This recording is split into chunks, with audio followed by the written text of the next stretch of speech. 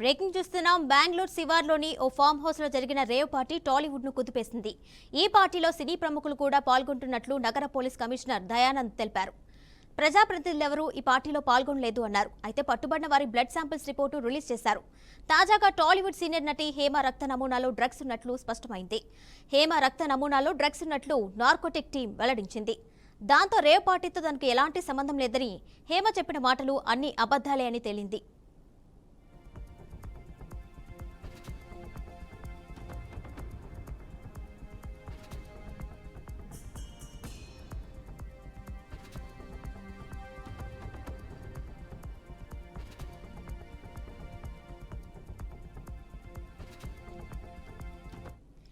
Rave పార్టీలో పాల్గొన్న 103 మంది రక్త నమూనాలను ఇటీవల బెంగళూరు నార్కోటిక్ టీం సేకరించింది.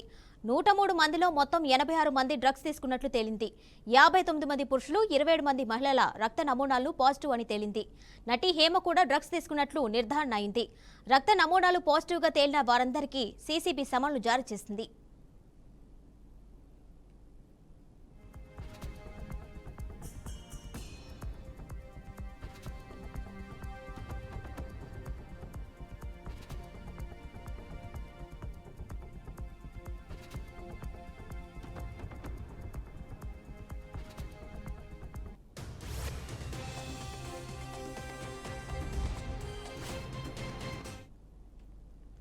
నూట 103 మందిలో 86 మంది డ్రగ్స్ తీసుకున్నట్లు నిర్ధారణ చేశారు. 30 మంది యూతుల్లో 27 మందిని పాజిటివ్గా తేల్చారు. హెబ్బాగోడి పిఎస్ నుంచి సీసీఎస్కు కేసు బదిలీ చేసి ఈ నెల 18న సన్సెట్ టు సన్ రైజ్ పేరుతో పార్టీ నిర్వహించారు. కేసులో ఏ1గా వాసు, ఏ2గా అరుణ్ కుమార్ను చేర్చారు. ఏ7గా 68 మంది పురుషులు, ఏ8గా 30 మంది యూతుల్ని చేర్చారు. ఘటనా స్థలిలో 14 గ్రాముల ఎండీఎంఏ, 5 గ్రాముల కొకైన్ను స్వాధీనం చేసుకున్నట్లు తెలిపారు.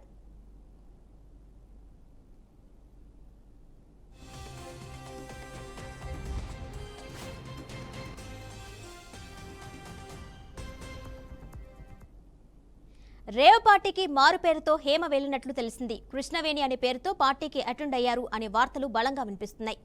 అయితే మీడియాలో వస్తున్న కథనాలను నటి హేమ ఖండిస్తున్నారు.